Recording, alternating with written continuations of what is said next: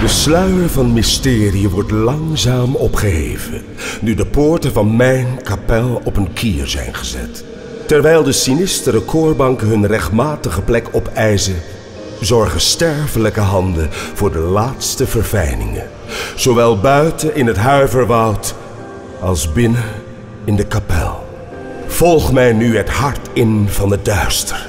Wees deelgenoot van onze dodendans.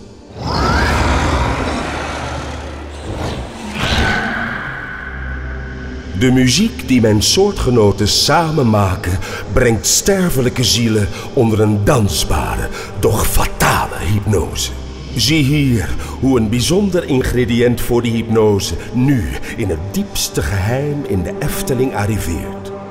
Maak kennis met de sluwe, serene kracht die in de koorbanken van mijn kapel verscholen gaat.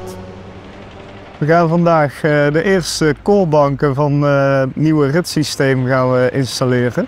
In het gebouw hier achter mij zit een soort brievenbus, een gat, waar de koorbank precies doorheen moet samen met de kraan.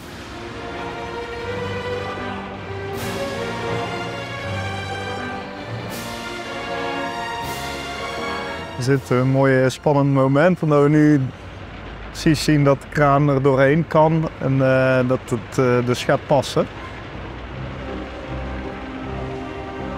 Ja, dit is wel engineeren en puzzelen voor gevorderden. Ja? Ja.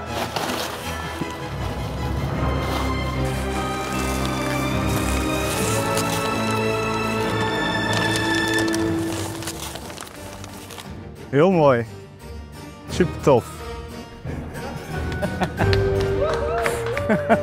Er zijn nog wat laatste werkzaamheden die we aan de koorbank zullen moeten gaan doen. En uiteraard de vloer, die wordt ook nog helemaal thematisch, want we zitten simpelweg in een kapel. Dus er zitten nog wel wat werkzaamheden aan, maar dit is al een hele grote stap voor ons. Ik kan echt niet wachten om bij de uitgang te gaan staan en te ervaren wat iedereen er echt van vindt.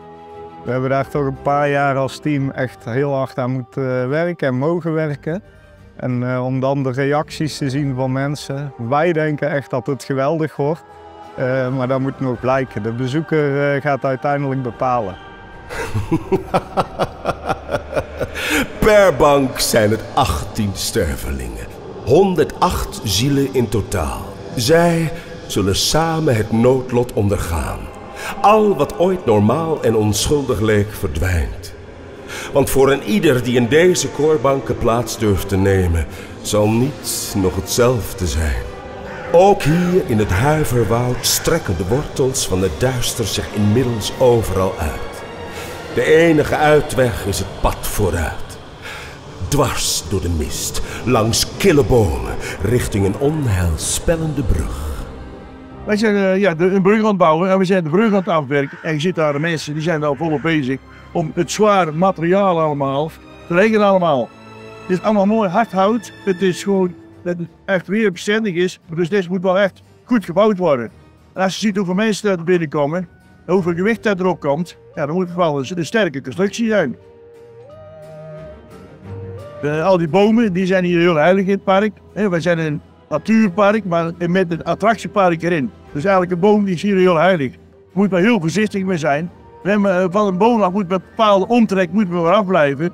Dus we hebben eerst de bomen gekeken waar ze stonden. Toen hebben wij de pad getekend, de looppad, hoe dat je moest komen.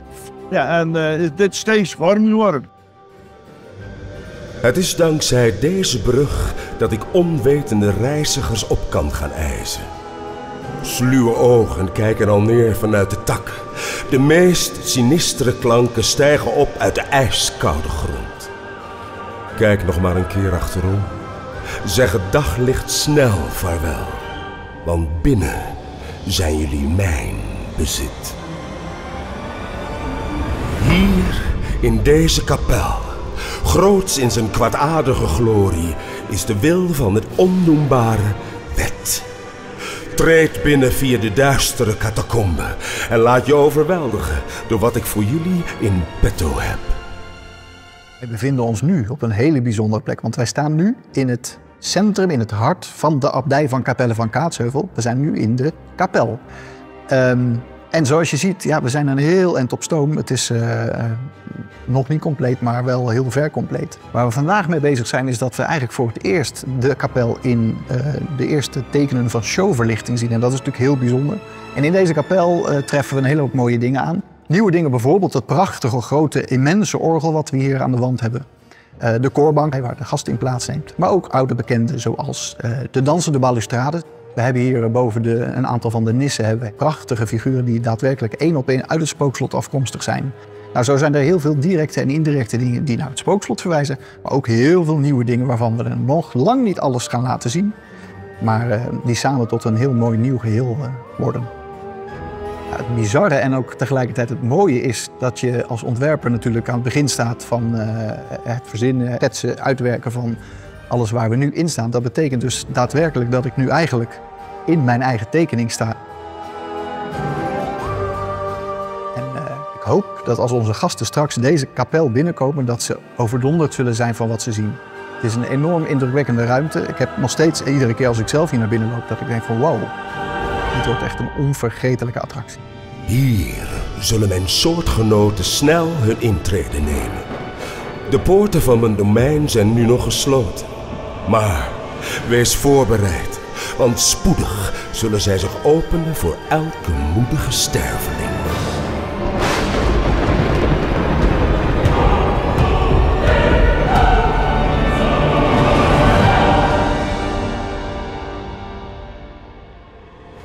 Ik wacht op jullie. Nu de datum van de dag des onheils eindelijk bepaald is, honger ik steeds meer naar jullie angst. En denk maar niet dat er aan dit lot te ontsnappen valt, tenzij jullie willen eindigen zoals Otto Charlatan.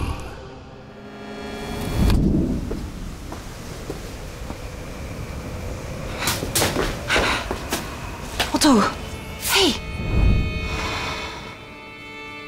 Er is iets met hem aan de hand.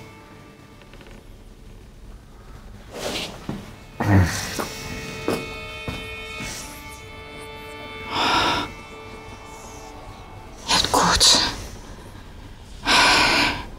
Ik ga water halen.